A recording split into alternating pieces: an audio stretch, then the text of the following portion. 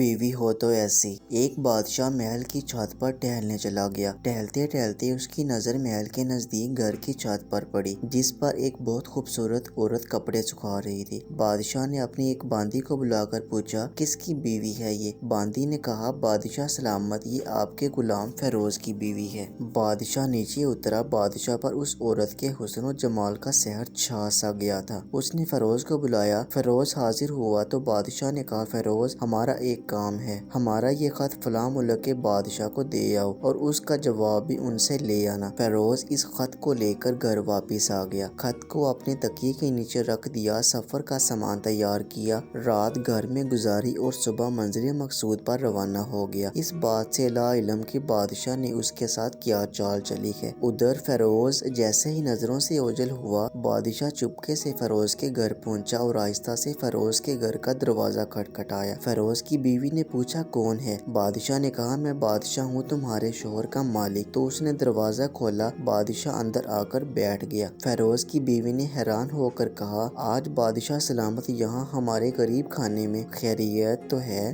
بادشاہ نے کہا، میں یہاں مہمان بن کر آیا ہوں۔ فیروز کی بیوی نے بادشاہ کا مطلب سمجھ کر کہا، میں اللہ کی پناہ چاہتی ہوں آپ کے اس طرح آنے سے، جس سے مجھے کوئی خیر نظر نہیں آ رہی۔ بادشاہ نے غصے میں کہا، اے لڑکی، یہ کیا کہہ رہی ہو تم؟ شاید تم نے مجھے پہچانا نہیں، میں بادشاہ ہوں، تمہارے شوہر کا مالک۔ فیروز کی بیوی نے کہا، بادشاہ سلامت، میں جانتی ہوں آپ ہی بادشاہ ہیں، لیکن بزرگ کہہ گئے ہیں، شیر کو اگرچہ جتنی بھی تیز بھوک لگی ہو لیکن وہ مردار تو نہیں کھانا شروع کر دیتا۔ اور کہا، بادشاہ سلامت، کیا تم اس کٹورے میں پانی پینے آئے ہو جس میں تمہارے کتے نے پانی پیا ہے؟ بادشاہ اس عورت کی باتوں سے بڑا شرمسار ہوا اور اس کو چھوڑ کر واپس چلا گیا، لیکن اپنی چپل وہیں پر بھول گیا۔ یہ سب تو بادشاہ کی طرف سے ہوا۔ اب فیروز کو آدھے راستے میں یاد آیا کہ جو خط بادشاہ نے اسے دیا تھا وہ تو گھر پر ہی چھوڑ آیا ہے۔ اس نے گھوڑے کو تیزی سے واپس موڑا اور اپنے گھر کی طرف لپکا۔ فیروز اپنے گھر پہنچا تو تکیے کے نیچے سے خط نکالتے وقت اس کی نظر پلنگ کے نیچے بادشاہ کے جوتے پر پڑی، جسے وہ جلدی میں بھول گیا تھا۔ فیروز کا سر چکرا کر رہ گیا اور وہ سمجھ گیا کہ بادشاہ نے اس کو سفر پر صرف اس لیے بھیجا تاکہ وہ اپنا مطلب پورا کر سکے۔ فیروز کسی کو کچھ بتائے بغیر چپ چاپ گھر سے نکلا۔ خط لے کر وہ چل پڑا اور کام ختم کرنے کے بعد بادشاہ کے پاس واپس آیا تو بادشاہ نے انعام کے طور پر اسے 100 دینار دیے۔ فیروز دینار لے کر بازار گیا اور عورتوں کے استعمال کے قیمتی کپڑے اور کچھ تحائف بھی خرید لیے۔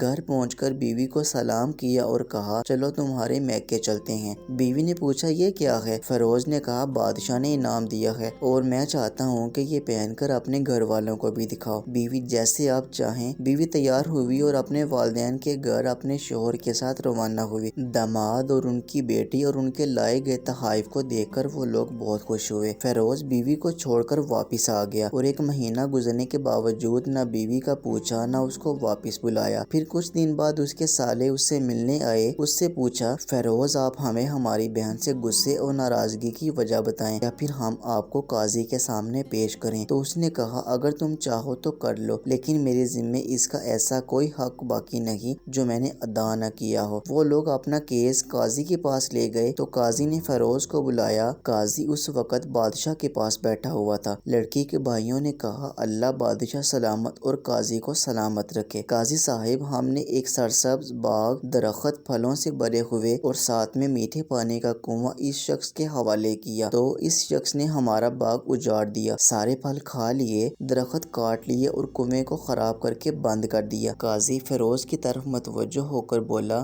ہاں تو لڑکے، تم کیا کہتے ہو اس بارے میں؟ فیروز نے کہا، قاضی صاحب، جو باغ مجھے دیا گیا تھا وہ اس سے بہتر حالت میں نے انہیں واپس کیا ہے۔ قاضی نے پوچھا، کیا اس نے باغ تمہارے حوالے ویسی ہی حالت میں واپس کیا ہے جیسے پہلے تھا؟ انہوں نے کہا، ہاں ویسی ہی حالت میں واپس کیا، لیکن ہم اسے باغ واپس کرنے کی وجہ پوچھنا چاہتے ہیں۔ قاضی، ہاں فیروز، تم کیا کہنا چاہتے ہو اس بارے میں؟ فیروز نے کہا، قاضی صاحب، میں نے باغ کسی بغض یا نفرت کی وجہ سے نہیں چھوڑا، بلکہ اس لیے چھوڑا کہ ایک دن میں باغ میں آیا تو اس میں نے کسی شیر کے پنجوں کے نشان دیکھے تو مجھے خوف ہوا کہ شیر مجھے کھا جائے گا، اس لیے شیر کی اکرام کی وجہ سے میں نے باغ میں جانا بند کر دیا۔ بادشاہ جو ٹیک لگائے یہ سب کچھ سن رہا تھا اور اٹھ کر بیٹھ گیا اور کہا، فیروز، اپنے باغ کی طرف امن اور مطمئن ہو کر چلے جاؤ، واللہ اس میں میں کوئی شک نہیں کہ شیر تمہارے باغ میں ضرور آیا تھا، لیکن وہاں پر تو کوئی اثر نہ چھوڑ سکا، نہ کوئی پتا توڑ سکا اور نہ ہی کوئی پھل کھا سکا، اور وہاں پر تھوڑی دیر رہا اور مایوس ہو کر لوٹ گیا۔ اور خدا کی قسم میں نے کبھی تمہارے جیسے باغ کے گرد لگے مضبوط دیواریں نہیں دیکھی۔ تو فیروز اپنے گھر لوٹ آیا اور اپنی بیوی کو بھی واپس لے لیا۔ نہ تو قاضی کو پتا چلا اور نہ ہی کسی کو کہ کیا ماجرا ہوا ہے۔ کیا خوب بہتر ہے اپنے اہل و عیال کے راز چھپانا تاکہ لوگوں کو پتہ نہ چلے۔ اپنے گھر کے بید کسی پر ظاہر نہ ہونے دو۔ اللہ آپ لوگوں کو خوشیوں سے بھر دے، آمین۔ آپ کے اہل و عیال کو اور آپ کے مال کو اپنے حفظ و ایمان میں رکھے، آمین۔